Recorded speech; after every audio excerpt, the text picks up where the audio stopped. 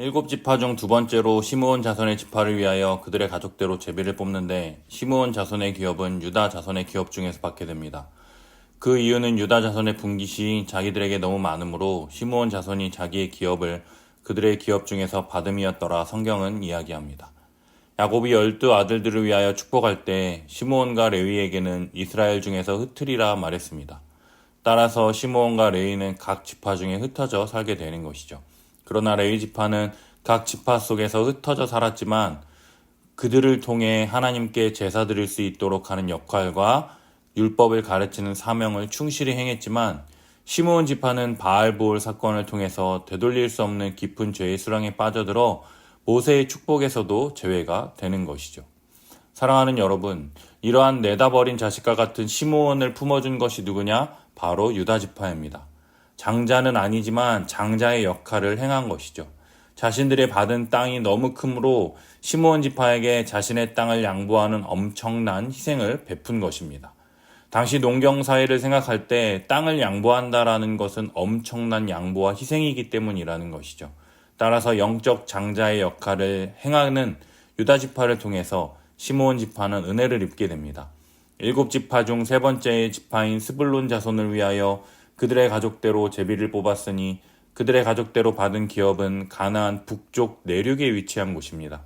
이곳은 지중해나 요단강과 접하지 않은 갈릴리 저지대였습니다.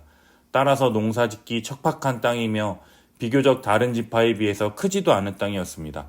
그럼에도 불구하고 불평이나 불만하지 않고 자신에게 주어진 그 땅에 만족하며 그 땅을 지키려 했다라는 것이죠. 하나님이 내게 가장 좋은 것을 주시는 신실하신 하나님이라는 믿음이 있을 때 스불론 지파와 같은 믿음의 행동을 할 수 있게 되는 것입니다.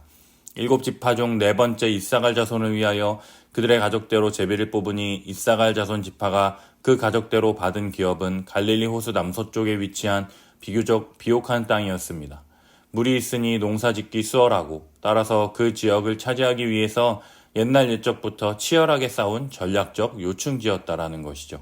따라서 이사갈 자손이 그 지역을 차지하는 것만큼 어려운 것이 그 지역을 지키는 것이었습니다.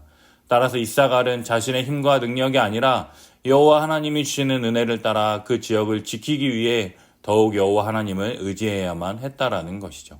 사랑하는 여러분, 7지파는 땅을 분배받는 것에서도 지체했지만 땅을 분배받고 나서도 크게 요동하지 않는 것을 볼 수 있습니다. 어찌 보면 먼저 나서서 설득하고 자신의 유익을 위해서 뭔가 해보려 하는 것이 믿음의 행위일 수도 있지만 자신에게 주어진 것에 감사하며 만족하며 자족하는 것 또한 하나님이 주신 믿음의 행위인 것입니다. 자신들에게 주어진 땅이 좁고 척박할지라도 선하신 하나님을 의지하며 사는 것과 동시에 전략적 욕충지를 빼앗기지 않기 위해서 자신의 노력이 아니라 여호와 하나님이 함께 하시면 능치 못할 일이 없느니라 하는 믿음으로 하나님을 의지하며 나아가는 것이 이들에게 필요한 것처럼 우리들의 성품과 성향을 뛰어넘어서 우리에게 가장 좋은 것으로 인도하시며 베푸시는 하나님과 함께 동행하는 거룩한 오늘 하루의 삶 사시기를 예수님의 이름으로 축복합니다.